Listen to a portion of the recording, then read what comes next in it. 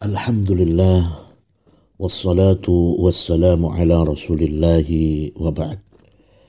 Sebagian kaum muslimin berpuasa dan siap meninggalkan syahwatnya dari hal yang halal, dari makanan minuman yang halal. Tetapi sayangnya dia masih belum siap meninggalkan harta haram. Sebagian orang salah kira, menduga bahwa makanan sekedar zat yang masuk ke dalam tubuh kemudian keluar darinya. Dan semakin salah ketika dia menduga bahwa barang yang halal atau yang haram itu sama saja ketika masuk ke dalam tubuh manusia. Baginya itu tidak berpengaruh sedikit pun. Hakikat takwa mengatakan bahwa melahap barang haram adalah penyebab kerusakan bagi nurani dan perasaan. Sehingga di dalam Al-Quran, harta yang datang dari usaha-usaha yang buruk kembalinya adalah kepada makanan. Harta yang diambil dari barang haram ini dalam terminologi, dalam istilah Al-Quran selalu diistilahkan dengan makanan.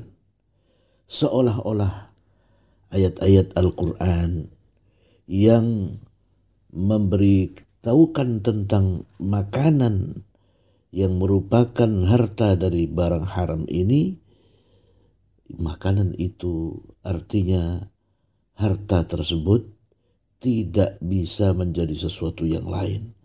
Harta tersebut hanya bisa menjadi makanan yang akhirnya masuk ke dalam tubuh dan dibuang menjadi kotoran. Ia tidak bisa untuk melahirkan kebaikan. Harta haram itu, mari kita perhatikan ayat-ayat yang terkait dengan harta yang didapat dari yang haram, lalu Allah menyebutnya sebagai makanan. Surat Al-Baqarah ayat 275, orang yang dapat harta dari riba di sini disebut makanan. Pada surat Al-Baqarah ayat 188 berkaitan dengan harta yang didapat dari riswah, praktek suap, korupsi dan sejenisnya. Allah Subhanahu wa taala sangat membenci hal itu. Di sini harta hasil korupsi, hasil praktek suap dan sejenisnya juga disebutkan sebagai makanan. Selanjutnya, harta yang diperoleh melalui perbuatan dosa, sihir, perdukunan juga disebut sebagai makanan. Karena ini adalah sesuatu yang menjijikkan, akan menjadi kotoran. Pada surat Al-Maidah ayat 62, semuanya disebut dengan makanan dari hasil perbuatan dosa.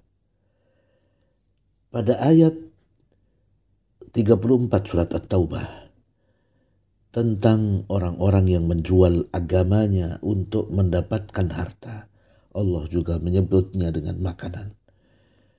Oleh karenanya orang yang berpuasa sepatutnya dia yang bisa meninggalkan hal yang halal karena taat kepada Allah, karena ingin untuk mentaati Allah Subhanahu wa taala, maka seyogianya dia lebih taat kepada Allah dengan meninggalkan harta haram.